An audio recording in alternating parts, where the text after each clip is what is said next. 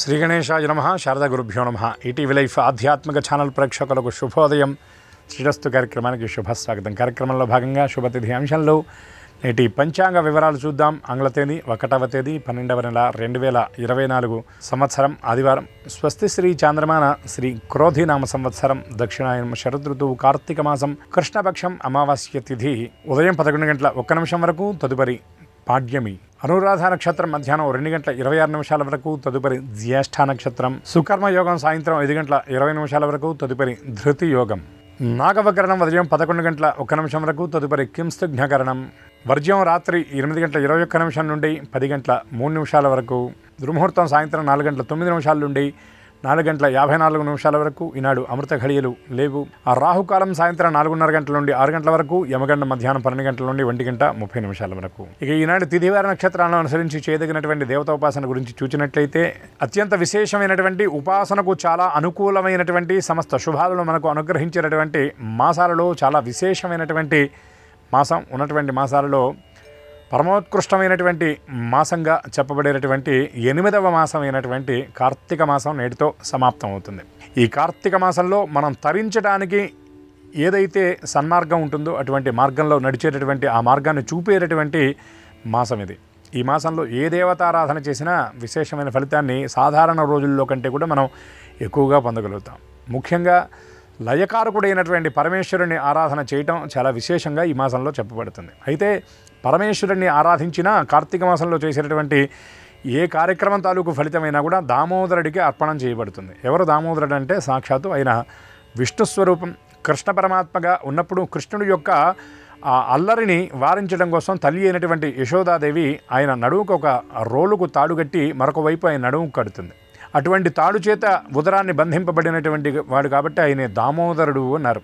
ఆయన ఊరుకున్నాడా అంటే, ఆ బాల్యంలో చిన్నపిల్లవాడైనటువంటి ఆ మహానుభావుడు ఆ నడుము కట్టినటువంటి తాడు సాయంతో రోలును లాక్కుంటూ వెళ్ళి అక్కడ ఉన్నటువంటి మధ్య వృక్షాల రూపంలో ఉన్నటువంటి కుబేరుడి యొక్క కుమారులైనటువంటి మణిగ్రీవ నలకోబరులకు ఆయన మోక్షాన్ని ప్రసాదించాడు, శాప విముక్తిని కూడా ఆయన ప్రసాదించాడు. అటువంటి ఆ దామోదర అనేటటువంటి ఆ నామాన్ని మనం స్మరించినప్పటికీ కూడా మనల్ని బంధించినటువంటి కర్మపాశాలన్నీ కూడా ఈ కార్తీక మాసంలో వదిలేస్తాయని శాస్త్రవచనం. అట్లాగే ఏ కొద్దిపాటి శివారాధన చేసినా సమస్త దుఃఖాలు మనకి తొలగిపోతాయి. ఎందుకంటే జంతువునాం నరజన్మ దుర్లభం అన్నారు.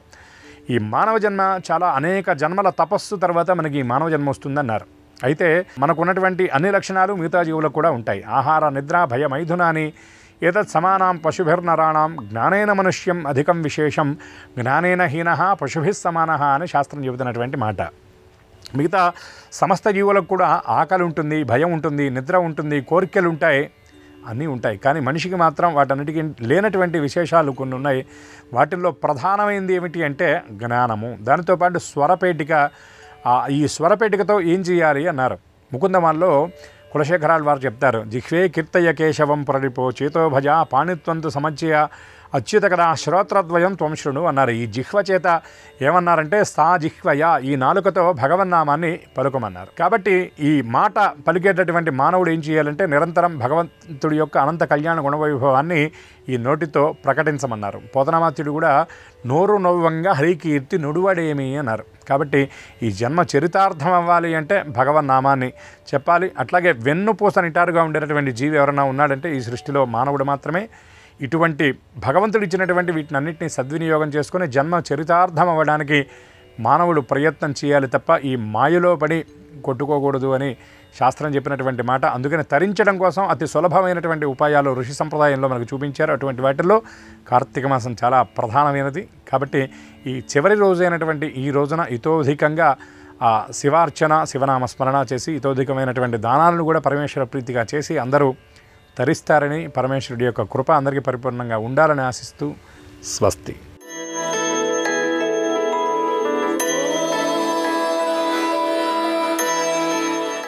ఈటీవీ లైఫ్ ఆధ్యాత్మిక ఛానల్ ప్రేక్షకులందరికీ నమస్కారం. శ్రీరస్తు కార్యక్రమంలో గ్రహయోగం అంశానికి స్వాగతం. ఈనాటి గ్రహయోగం శీర్షికలో మేషాది ద్వాదశ రాశుల వారికి కలిగే శుభ అశుభ ఫలితాల్ని, అవసరమైన సందర్భాల్లో ప్రత్యామ్నాయ మార్గాల్ని తెలుసుకుంటారు. అంతేకాక ఏ రాశి వారికి ఏ దిక్ప్రయాణం లాభకరమో, ఏ రాశి వారికి ఏ దైవ దర్శనం వల్ల సకల శుభ ఫలితాలు కలుగుతాయో, ఏ రాశి వారు ఏ రంగు దుస్తుల్ని ధరించినట్లయితే ఆ రోజంతా అనుకూలత కలుగుతూ ఉంటుందో, ఏ రాశి వారికి ఏ సంఖ్య నేటికి మాత్రం అదృష్ట సంఖ్యగా పరిణమించబోతుందో ఆ విశేషాలను తెలుసుకుంటారు. ముందుగా నేటి పంచాంగం. ఈరోజు కార్తీక అమావాస్య ఉదయం 11:01 వరకు, తదుపరి మార్గశీర్ష శుద్ధ ప్రతిపద తిథి, ఆదివారం, నక్షత్రం అనురాధ. ఇక నేటి గ్రహస్థితిని పరిశీలించి చూస్తే వృషభంలో గురుడు వక్రీకరించున్నాడు, కర్కాటకంలో కుజుడున్నాడు, కన్యలో కేతు ఉన్నాడు, వృశ్చికంలో రవి బుధులలో బుధుడు వక్రీకరించున్నాడు. ఇదే తీరుగా ధనుస్సులో శుక్రుడు ఉన్నాడు, కుంభంలో శని, మీనంలో రాహువు ఉంటే వృశ్చికంలో చంద్రుడు గోచరిస్తున్నాడు. ఈ గ్రహస్థితి ఆధారంగా ద్వాదశ రాశుల వారికి కలిగే శుభ అశుభ ఫలితాలని క్రమంగా పరిశీలించుద్దాం. ముందుగా మేషరాశి.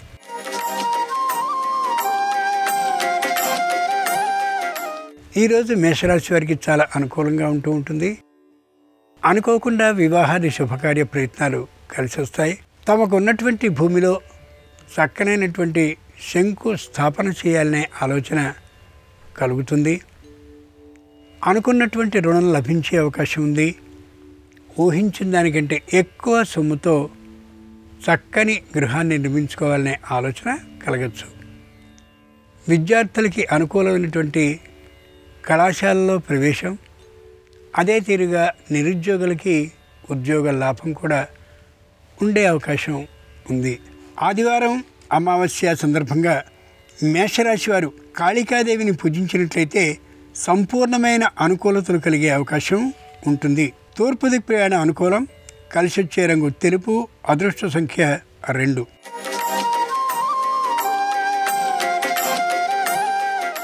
ఈరోజు వృషభ రాశి వారి ఫలితాలని పరిశీలన చూస్తే మానసికమైనటువంటి దిగులు ఏ కారణం వల్ల లేకపోయినప్పటికీ కూడా ఎందుకో చింతతో ఉండే అవకాశం అనిపిస్తోంది. కుటుంబంలో ఉండే సంతానానికి అందరికీ కూడా అనుకూలమైనటువంటి విద్య, అనుకూలమైనటువంటి కళాశాలలో లభించే అవకాశం ఉంది. అనుకున్నటువంటి రుణం లభించే అవకాశం ఉన్నప్పటికీ కూడా ఆ రుణాన్ని తీసుకుని చేద్దామనుకున్నటువంటి పని చేసే ఉత్సాహం మాత్రం తాత్కాలికంగా ఉండకపోవచ్చు. న్యాయస్థానంలో అనుకూలమైనటువంటి తీర్పు ఏ విధంగానూ వ్యతిరేకత లేకుండా రావడంతో మంచి ఉత్సాహాన్ని పొందగలుగుతారు. ఆదివారం అమావాస్య సందర్భంగా వృషభ రాశి వారు చండికాదేవిని పూజించినట్లయితే ధన లాభం కలిగే అవకాశం ఉంది. ఈశాన్య దిక్ ప్రయాణం అనుకూలం. కలిసి వచ్చే రంగు ఎరుపు. అదృష్ట సంఖ్య 4.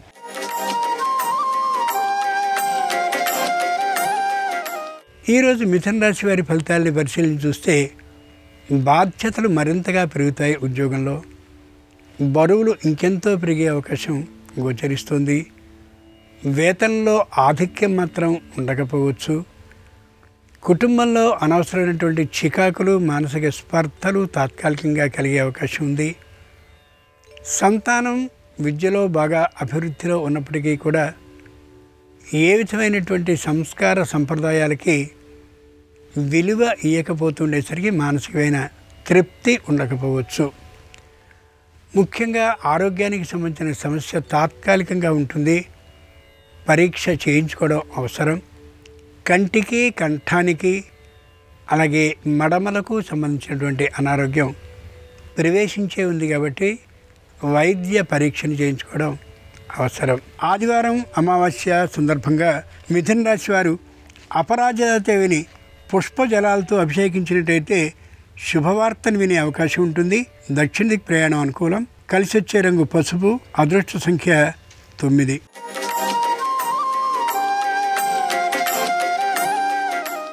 ఈరోజు కర్కాటక రాశి వారి ఫలితాలను పరిశీలించి చూస్తే శారీరకంగా అనారోగ్యం లోపల ఉండి తీరుతుంది. వైద్య పరీక్షల్ని చేయించుకోవడం చాలా అవసరం. వివాహాది ప్రయత్నాలు ఫలించే అవకాశం ఏమాత్రమూ లేనే లేదు. సంతానంతోనూ, భార్యతోనూ, భర్తతోనూ తాత్కాలికమైనటువంటి విరోధభావాలు గోచరించే అవకాశం ఉంది. కాబట్టి ఎక్కువ తక్కువ కాకుండా ఉన్నంతలో అవసరమైనంతగా మాట్లాడుకోవడం అత్యవసరం. వృత్తి వ్యాపారపరమైనటువంటి ఆదాయాలు అనుకూలంగా ఉంటాయి. చేతిలో ఉన్నటువంటి సొమ్ముని బంగారము, వెండి మొదలైనటువంటి స్థిరమైన వాటి మీద పెట్టుబడిగా పెట్టాలనే ఆలోచనలో ఉంటారు. కానీ అది కుటుంబంలోని ఇతర సభ్యులకి అనుకూలత అని అనిపించకపోవచ్చు, వ్యతిరేకించే విధానం గోచరిస్తుంది. ఆదివారం అమావాస్య సందర్భంగా కర్కాటక రాశి వారు పురుహూతికాదేవిని ఫలరసాలతో అభిషేకించినట్టయితే విదేశీయానం లభించవచ్చు. నివృత్తి దిక్ ప్రయాణం అనుకూలం. కలిసొచ్చే రంగు నలుపు. అదృష్ట సంఖ్య 6.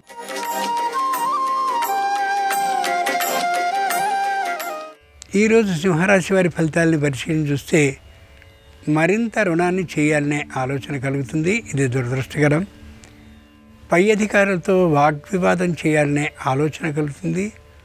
ఇది మరింత బాధాకరం.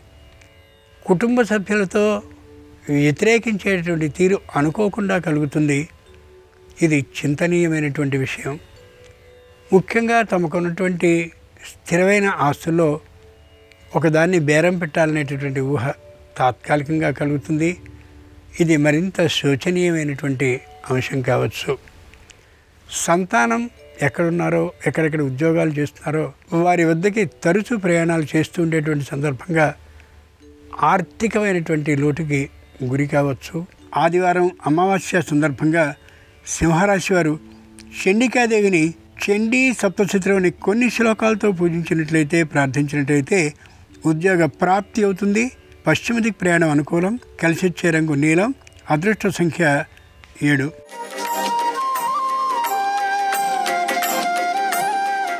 ఈరోజు కన్యారాశి వారి ఫలితాలని పరిశీలించి చూస్తే అనవసరమైనటువంటి విషయాల గురించి ఎక్కువ ఆలోచిస్తూ ఉంటారు. చక్కనైనటువంటి విలువైన సమయాన్ని వ్యర్థపరుచుకుంటూ కనిపిస్తారు. తమకున్నటువంటి తాత్కాలికమైన అశాంత భావం, అప్రశాంత భావం పిల్లల మీద రుద్దే అవకాశం ఉంది. కాబట్టి వీలైనంత వరకు మౌనంగా ఉండడం చాలా మంచిది. విద్యార్థుల్లో అంటే సంతానం ఇంకా విద్యార్థి దశలో ఉన్నట్లయితే విద్యార్థుల్లో తీవ్రమైనటువంటి నిరుత్సాహం లేకుండా ఉండేలా విద్యార్థులు చాలా జాగ్రత్తగా ఉండడం ఉత్తమం. ఆదివారం అమావాస్య సందర్భంగా కన్యారాశి వారు కాలభైరవుణ్ణి ప్రార్థించినట్లయితే ఉద్యోగ భద్రత సిద్ధిస్తుంది. వాయవ్యది ప్రయాణం అనుకూలం. కలిసొచ్చే రంగు ఆకుపచ్చన. అదృష్ట సంఖ్య 8.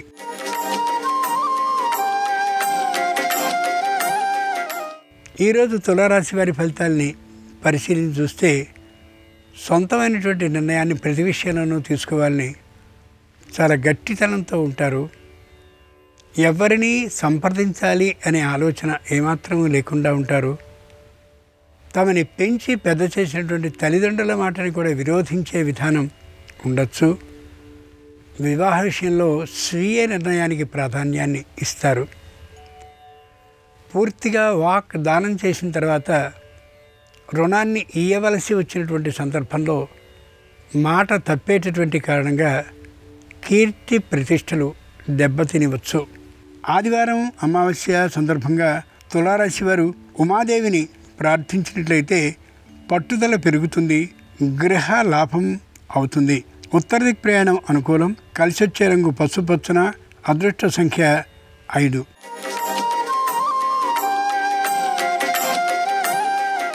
ఈరోజు వృశ్చిక రాశి వారి ఫలితాలను పరిశీలించి చూస్తే ఏ విధమైనటువంటి వాదానికి లొంగే తీరుగా ఉండదు వారి వాదం. పూర్తిగా సొంత నిర్ణయం మీదే ఆధారపడి వ్యాపారాన్ని చేస్తారు. ఎవరిని నమ్మే ధోరణే కనిపించదు. వస్తున్నటువంటి ఆదాయం చాలా అనుకూలంగా వృత్తి వ్యాపారపరంగా ఉన్నప్పటికీ కూడా చేసినటువంటి రుణాన్ని తీర్చడానికే సరిపోతూ ఉంటుంది. ఆ కారణంగా మానసికంగా చికాగ్గా ఉంటూ ఉండొచ్చు. సంతానంతో తాత్కాలికమైనటువంటి విరోధం కలిగే అవకాశం ఉంది. కాబట్టి ఆచితూచి మాట్లాడడం కానీ, వీలైనంత వరకు మౌనంగా ఉండడం కానీ అవసరం. ఎక్కడెక్కడో స్థలాల్ని పొలాల్ని కొనాలని దురాశాభావంతో ఉండే అవకాశం ఉంది. అది ఈ రోజున చేయకుండా ఉండడం శ్రేయస్కరం.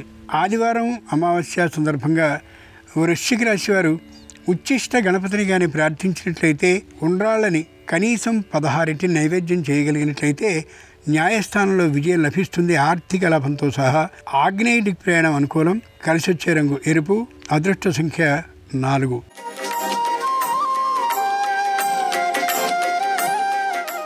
ఈరోజు ధనురాశి వారి ఫలితాలను పరిశీలించి చూస్తే మానసికమైన ధైర్యంతో ఉంటారు, శారీరకంగా ఉత్సాహంగా ఉంటారు. వివాహాది శుభకార్యాలు కలిసి వచ్చే అవకాశం గోచరిస్తోంది.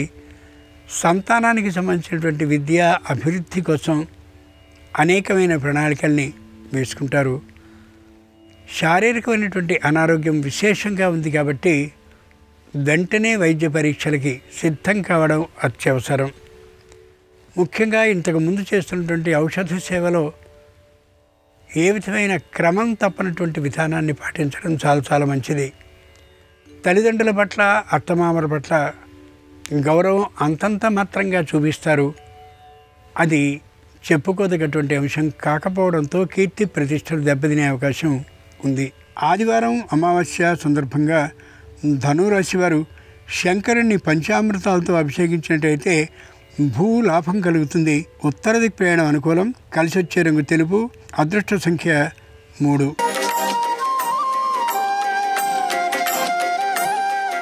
ఈరోజు మకర రాశి వారి ఫలితాలని పరిశీలించి చూస్తే అనుకున్నటువంటి పనిని, నిర్ణయించుకున్న పని తప్పక పూర్తి చేసేంత వరకు కూడా తీవ్రమైనటువంటి పట్టుదలతో ఉంటారు. ఆధ్యాత్మికమైనటువంటి ఆసక్తి మరింతగా పెరుగుతుంది. పుణ్య నదీ స్నానాలకి, అలాగే తీర్థయాత్రలకి, విశేషంగా దాన ధర్మాలకి సొమ్ముని ఖర్చు చేస్తారు. దేవాలయాలకు వెళ్ళేటువంటి సందర్భంలో తగినటువంటి భద్రతని, తగినటువంటి ఆరోగ్య విధానాన్ని పాటించడం అత్యవసరం. ముఖ్యంగా శ్వాసకోశానికి సంబంధించిన వ్యాధులు ఉండేటటువంటి కారణంగా మరింత జాగ్రత్తలు తీసుకోక తప్పదు. ఆదివారం అమావాస్య సందర్భంగా మకర రాశి వారు పంచముఖ ఆంజనేయ స్వామి వారిని పరిమళ జలాలతో అభిషేకించినట్లయితే ఆగిన పనుల్లో శీఘ్రమైన కదలిక ప్రారంభమవుతుంది. తూర్పు దిక్ ప్రయాణం అనుకూలం. కలిసి వచ్చే రంగు నలుపు. అదృష్ట సంఖ్య 8.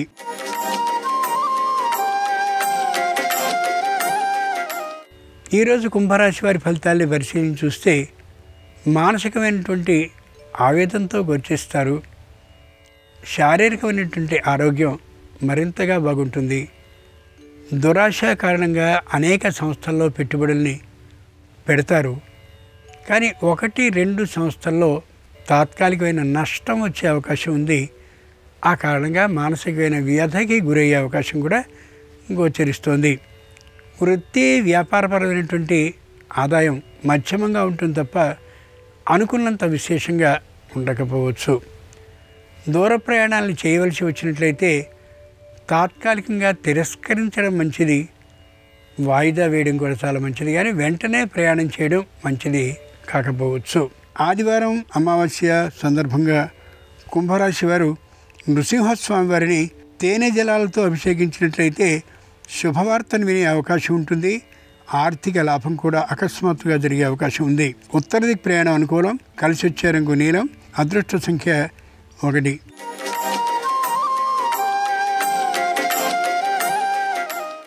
ఈరోజు మీనరాశి వారి ఫలితాలని పరిశీలించి చూస్తే చేసేటటువంటి ప్రతి పని అర్థవంతంగా ఉంటుంది. పెట్టేటటువంటి పెట్టుబడి ప్రతిదీ కూడా తప్పనిసరిగా లాభకరంగా పరిణమించి తీరుతుంది. వాదించే ప్రతి వాదము కూడా అనుకూలమైనటువంటి తీర్పునే వెలువరిస్తూ ఉంటుంది. వచ్చినటువంటి ఆదాయం వృత్తిపరంగా లేదా వ్యాపారపరంగా తప్పక న్యాయస్థానంలో ఒక సమస్య తీర్పు కోసమని అలా ఖర్చు అవుతూ గోచరించవచ్చు. దూర ప్రయాణాలని చేయాలని లోపల ఉన్నా బంధువులకి సంబంధించిన వివాహాది శుభకార్యాలు ఎదురు చూస్తున్నా వెళ్ళేటటువంటి ఇష్టం, ఆనందం ఉండకపోవచ్చు. ఆర్థికంగా కూడా అంతటి శక్తి లేకపోవచ్చు. చింతించాల్సిన అవసరం అయితే ఏమాత్రం లేనేలేదు. ఆదివారం అమావాస్య సందర్భంగా మీనరాశి వారు భద్రకాళిని ముద్దమందరాలతో అర్చించినట్లయితే ధన లాభం ఆకస్మికంగా కలుగుతుంది. ఈశాన్య దిక్కు ప్రయాణం అనుకూలం. కలిసి వచ్చే రంగు తెలుపు. అదృష్ట సంఖ్య 3. ఇది ఈనాడు ద్వాదశ రాశుల వారికి కలిగే శుభ అశుభ ఫలితాలు. ఈనాడు కార్తీక అమావాస్య అయినటువంటి సందర్భంగా సర్వరాశుల వారికి ఆ సూర్యుని సంపూర్ణ అనుగ్రహం కలగాలని ప్రార్థిస్తూ స్వస్తి.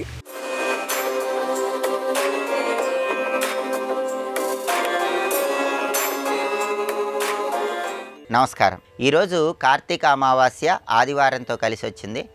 ఈ సందర్భంగా ఎలాంటి పరిహారాలు పాటించడం ద్వారా సమస్త దృష్టి దోషాలు, శత్రుబాధలు వీటన్నిటి నుంచి సులభంగా బయటపడవచ్చో నేటి పరిహారాలు, పరిష్కారాలు అనే అంశంలో పరిశీలిద్దాం. ప్రధానంగా కార్తీక మాసంలో వచ్చే అమావాస్య సందర్భంగా తెల్లవారుజామున చేసేటటువంటి చన్నీటి స్నానం విశేషమైన శుభ ఫలితాలను కలిగిస్తుంది. అలాగే ఈరోజు దేవాలయ ప్రాంగణంలో సాయంకాలం పూట ప్రదోషకాలంలో దీపాలు వెలిగిస్తే ఉత్తమ ఫలితాలు కలుగుతాయి. అలాగే ఈరోజు ప్రత్యేకంగా స్నానం చేసిన తర్వాత ఒక గాజు గ్లాసులో నీళ్లు తీసుకొని ఆ నీళ్లలో రాళ్ల ఉప్పు కొద్దిగా కలిపి, రాళ్ల ఉప్పు కలిపినటువంటి ఆ నీటిని గృహం లోపలి భాగంలో హాల్లో నైరుతి మూల ఏర్పాటు చేసుకోవాలి. రోజంతా కూడా దాన్ని అలాగే ఉంచి మర్నాడు స్నానం చేసిన తర్వాత నైరుతి మూల ఉన్నటువంటి రాళ్ల ఉప్పు కలిపిన ఆ నీటిని ఎక్కడైనా మొక్కలో పోయాలి. ఇలా చేస్తే గృహంలో ఉన్నటువంటి నకారాత్మక శక్తులన్నీ తొలగింపజేసుకోవచ్చు, సకారాత్మక శక్తులు పెంపొందింపజేసుకోవచ్చు. అలాగే ఆదివారంతో కూడిన అమావాస్య సందర్భంగా ఈరోజు శ్రీ మహాలక్ష్మీదేవిని ప్రత్యేకంగా పూజిస్తే ఉత్తమ ఫలితాలు కలుగుతాయి.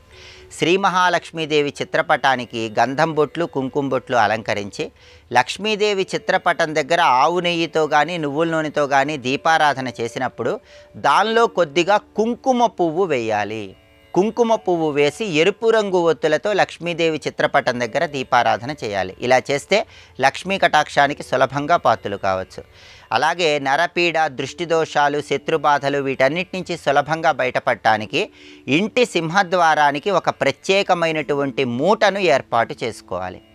ఆ మూటను ఎలా ఏర్పాటు చేసుకోవాలంటే ఒక ఎరుపు రంగు వస్త్రాన్ని తీసుకొని ఆ ఎరుపు రంగు వస్త్రంలో పీచు తీయనటువంటి ఒక కొబ్బరికాయ, ఒక పటిక ముక్క, దానితో పాటు 11 మిరియాలు, 11 లవంగాలు, ఒక ఇనుప మేకు, పసుపు, కుంకుమ, పచ్చకర్పూరము వీటన్నిటిని ఉంచి మూటగట్టి ఆ మూటను సింహద్వారానికి తగిలించాలి.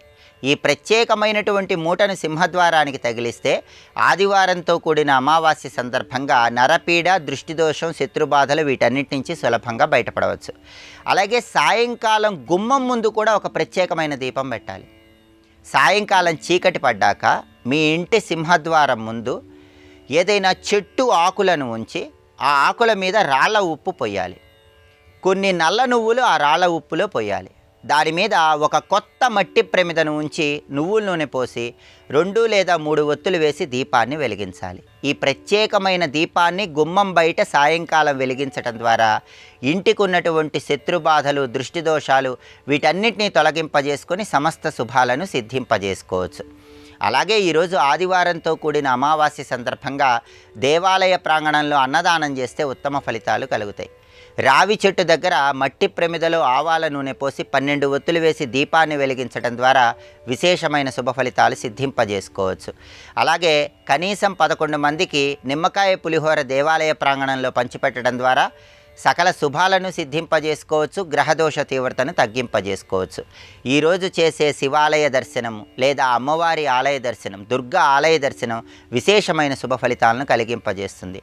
ఈరోజు రాహుకాలంలో అంటే సాయంకాలం 4:30 నుంచి 6 మధ్య ప్రాంతంలో ఉగ్ర రూపంలో ఉన్న అమ్మవారి ఆలయంలో అంటే దుర్గా, కాళీ, చండీ, మహిషాసురమర్ధిని ఇలా ఉగ్ర రూపంలో ఉన్న అమ్మవారి ఆలయంలో నిమ్మదీపాలు వెలిగించడం ద్వారా కూడా శత్రుబాధలు, దృష్టి దోషాలు వీటన్నిటి నుంచి బయటపడి సమస్త శుభాలను సిద్ధింపజేసుకోవచ్చు. ఇలా కార్తీక బహుళ అమావాస్య ఆదివారం సందర్భంగా ఈ ప్రత్యేకమైన విధి విధానాలు పాటించండి. అన్నిటికంటే ముఖ్యం అన్నదానం కాబట్టి అన్నదానాన్ని నిర్వహించడం లేదా స్వయం పాకం ఎవరికైనా దానం ఇవ్వటం ద్వారా సమస్త శుభాలను సిద్ధింపజేసుకోవచ్చు. రేపు మార్గశిర మాసం ప్రారంభం సందర్భంగా పోలీస్ వర్గ దీపం సందర్భంగా ఎలాంటి ప్రత్యేకమైన పరిహారాలు పాటించాలో రేపటి పరిహారాలు, పరిష్కారాలు అనే అంశంలో పరిశీలిద్దాం. నమస్కారం. ఈ కార్యక్రమాన్ని తిరిగి చూడాలనుకుంటే www.youtube.com/@ETV Life Spiritual లో చూడవచ్చు.